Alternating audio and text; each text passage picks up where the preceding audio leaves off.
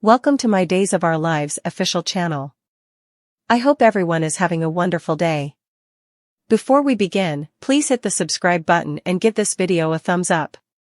Holly's Jude stunner, Rafe special delivery, Maggie's surprise Days of Our Lives, DOOL, spoilers update for Monday, May 27th, reveals that Nicole DiMera, Ariane Zucker, will have questions now that Eric Brady, Greg Vaughn, has returned Jude Brady, Oliver McClarty, and admitted he's the baby that she allowed.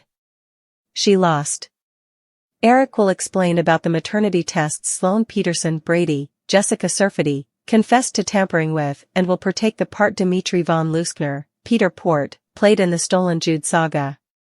Of course, EJ DiMera, Dan Feuerigel, knows he's not the natural father, but he let Eric and Nicole believe he is. Still, EJ can steer her back to what's most important, the fact that Jude's home, if there are moments when Nicole gets suspicious of the details. Nicole will keep celebrating that homecoming along with manipulative EJ, but they wouldn't be the only bones. Day spoilers say Holly Jonas, Ashley Puzimis, will also face the Jude stunner, so she'll be overjoyed once she learns Nicole has her baby back. As for Eric, it'll be bittersweet watching Nicole bond with Jude. Eric will love seeing Nicole so happy, but he'll still be crushed for himself since he came to love Jude so much. Fortunately, it's just a matter of time until Eric finds out he's the bio-pater.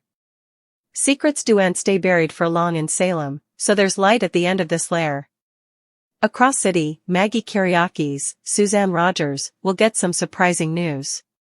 Day spoilers say Sarah Horton, Lindsay Godfrey, will show off her new engagement ring and get some help from Xander Cook, Paul Telfer, as they partake their marriage plans. Next, Rafe Hernandez, Galen Gehring, will make a special delivery to John Black, Drake Hodgson, and Steve Johnson, Stephen Nichols, when he brings them clones of Clyde Weston's James Reed Black Book. While Steve and John examine the contents and work on tracking Clyde down, Harris Michaels, Steve Burton, will be a step ahead of the game. DOOL suckers can anticipate Harris to return wearing his old livery, so he'll have a sweet reunion with Ava Vitale, Tamara Braun, and deliver decoding updates from his non-military musketeers. Day spoilers say Ava and Harris will suppose they've a way to nail down Clyde's exact position, which will turn out to be nearly in Montana. The week of May 27th to 31st will also bring Lucas Horton's, Brian Datillo, run-in with Rebecca Goldman, Christy St. John, outside the friary, so he'll come part of Harris and Ava's platoon soon enough. Days of Our Lives spoilers say Clyde's downfall could be just around the corner, so we'll bring you prognostications on all the chaos. Holly's life took a dramatic turn when a shocking disclosure about Jude, the child she allowed. She knew so well, came to light. This disclosure, coupled with an unanticipated special delivery from Rafe and a surprise from Maggie, set off a chain of events that intertwined the lives of everyone involved in ways they no way could have anticipated. Holly had always believed that Jude was her son, the result of a brief and passionate affair times agone. She had raised him with love and devotion, nurturing him through every corner of his youthful life. But the verity, buried deep in the history and hidden by layers of secretiveness, was about to surface, shaking the veritably foundation of her world. It began with a routine medical scan. Jude had been feeling bad, and Holly, ever the active mama, took him to the croaker. What started as a simple concern over a patient cough soon turned into a medical riddle. The croaker recommended a series of tests, and it was through these tests that Holly learned commodity that left her reeling. Jude's blood type wasn't compatible with hers, or with the man she believed to be Jude's father. The consummation hit her like a tidal wave. However, also who was he, and how had he come to be in her care? If Jude was not her natural son. Determined to uncover the verity, Holly embarked on a trip that took her deep into her history. She redefined old recollections and questioned everything she had formerly taken for granted. It was during this tumultuous time that Rafe, a trusted friend and confidant, arrived with a special delivery that would further complicate matters. Rafe, a man of many words but deep persuasions, had been a steady presence in Holly's life. He'd always been there for her, offering support and guidance when she demanded it most. This time, still, his appearance brought with it further than just comfort. He carried a sealed envelope, pronounced critical, that he handed to Holly with a grave expression. Inside the envelope was a letter from a woman named Clara, someone Holly had no way heard of ahead. The letter detailed a story that sounded nearly too inconceivable to believe.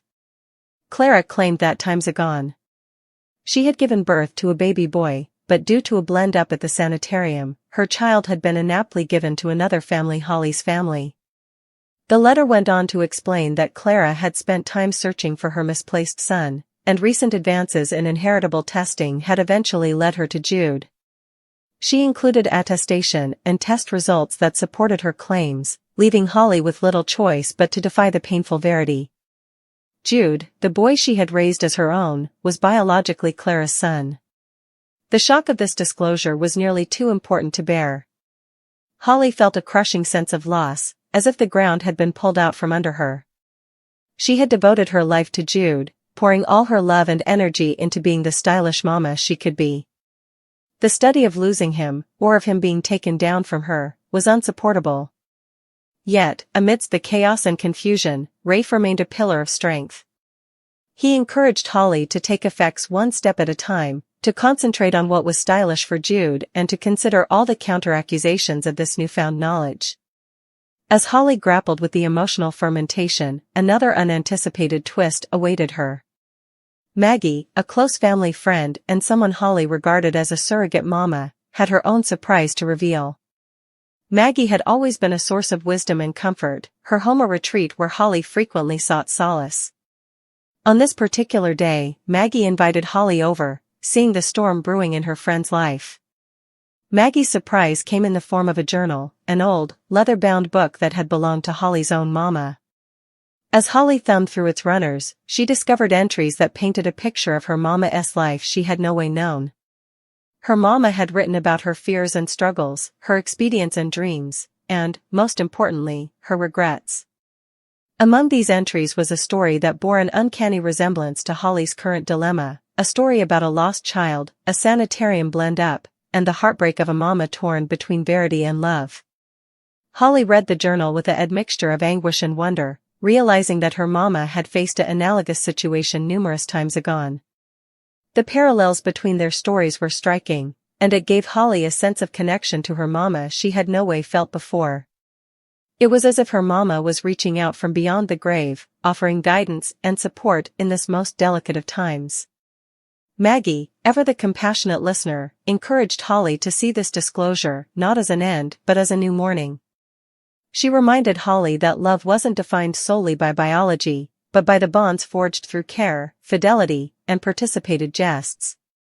Jude might not be her natural son, but he was her son in every way that signified.